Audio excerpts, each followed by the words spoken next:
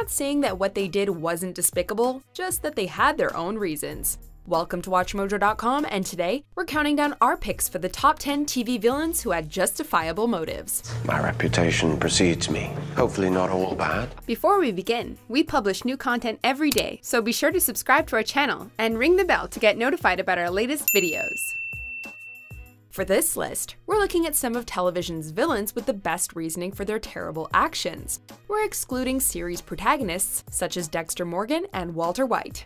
I just want you to know that no matter how it may look, I only had you in my heart.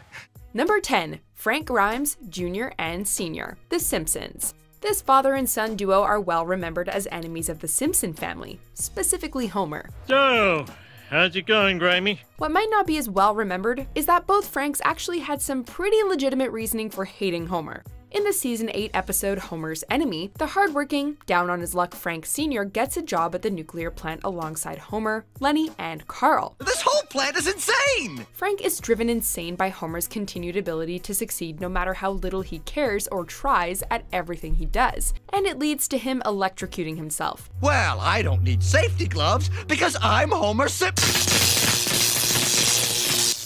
Several years later, in The Great Louse Detective, Frank Jr. comes after Homer to avenge his father's death. He's dead! Like you should be. Oh, wait, Frank Grimes wasn't married. How could he have a son?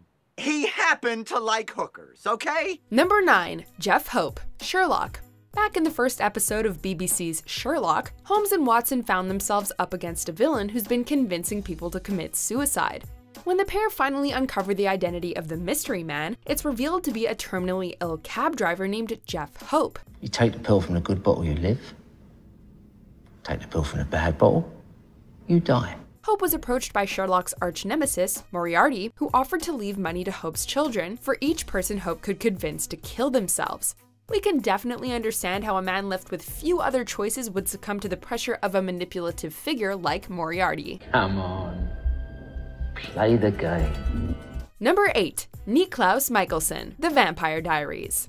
Getting his start in seasons 2 and 3 of The Vampire Diaries before moving to his own spin-off with the originals, it's easy to see in hindsight that Klaus got a bad rap. You are foolish and impulsive, my boy. His stepfather Michael mistreated him throughout his childhood, and he witnessed his brother Henrik mauled to death by werewolves. To make matters worse, after his mother transformed the family into vampires, he discovered he was different, even among them, born from a secret affair between his mother and a werewolf. Congratulations, you just became worth more to me alive than dead. It's no wonder this led to a volatile mix of supernatural power and repressed emotions. I had hoped to leave Mystic Falls for good, but duty calls. Nice to know you care. I don't. Number 7. Gemma Morrow, Sons of Anarchy. Gemma and her husband Clay served as Sons of Anarchy's biggest villains, though things were definitely blurry at times. It's not hard to understand how Gemma turned out the way she did, considering everything she went through over the course of the series, not to mention earlier in her life. Gemma has suffered through the death of a son and a husband, and is on the receiving end of a great deal of trauma and brutality throughout the series.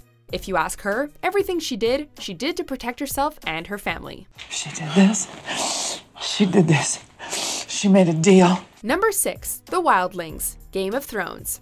Game of Thrones is truly a series full of shades of grey, from complex characters like Jaime Lannister and Theon Greyjoy to entire civilizations like the Wildlings. For most of the inhabitants in Westeros, the Wildlings are definitely the bad guys, violent barbarians not fit to live in civilized lands. But while they may have done some pretty terrible things, they're hardly unique in that regard. And in the series timeline, they're really only trying to get across the wall so they can survive the impending zombie apocalypse. We stay here. We're dead men. It's the folks in Westeros that perceive them to be savages that seem like the problem to us. That's our enemy. That has always been our enemy. Number 5. A.L.I.E, The 100. Ah, the double-edged sword of artificial intelligence. It can make our day-to-day lives easier, or it can start a nuclear war and destroy the world. Listen, back up. What are you doing? Security protocol initiated. Door sealed. The 100 is full of villains with viewpoints that are understandable, if not always acceptable, like Cage Wallace's attempts to cure his people. But it's truly A.L.I.E that takes the cake in this regard, simply because she never had a choice. Back up. You already have the blood of billions on your hands. Is it worth risking the rest of us just to prove you're right? Her programming was to improve life for humans. Reducing the population was the most logical way to do that, and to A.L.I.E, that meant a lot of us had to go. Number 4. Rumpelstiltskin, Once Upon a Time. To its credit, Once Upon a Time managed to turn a creepy fairy tale imp into a sympathetic villain with a tragic backstory. Rumpel, or Mr. Gold, is tricked into accepting the corrupting powers of the Dark One, and if that wasn't enough, he later loses his son when he travels to another world, and then has his power used against him to send everyone to Storybrooke. Memories are pain. Pain is strength. His history eventually causes him to go down a dark path, but one from which he'd eventually find redemption. Seeing the complicated journey of Rumpel over the course of the show has shown us how deep his character really is. That's why I did this. For him. All for the boy. Number 3. Plankton, SpongeBob SquarePants. Poor Plankton. Everyone hated him until we learned the truth. In the SpongeBob episode Friend or Foe, we find out the real history between Mr. Krabs and Plankton, and it's surprisingly tragic. It turns out that they were friends and partners from a young age who decided to open a restaurant together. Well, it was your fault the patty was tainted. You're the one who put too much seaweed sauce in the burger. After getting into an argument over Old Man Jenkins getting sick, the pair split up and ripped their recipe in pieces, with Plankton only receiving the part that said a pinch of chum. You want to fight over this recipe? I'll give you a fight you'll never forget! Well, that explains a lot. Mr. Krabs then lucks into the Krabby Patty recipe, while Plankton is left to his own struggling chum bucket. I'll show you, Krabs. I'll steal that cursed recipe from you one day. Number 2. The Man in Black, Lost.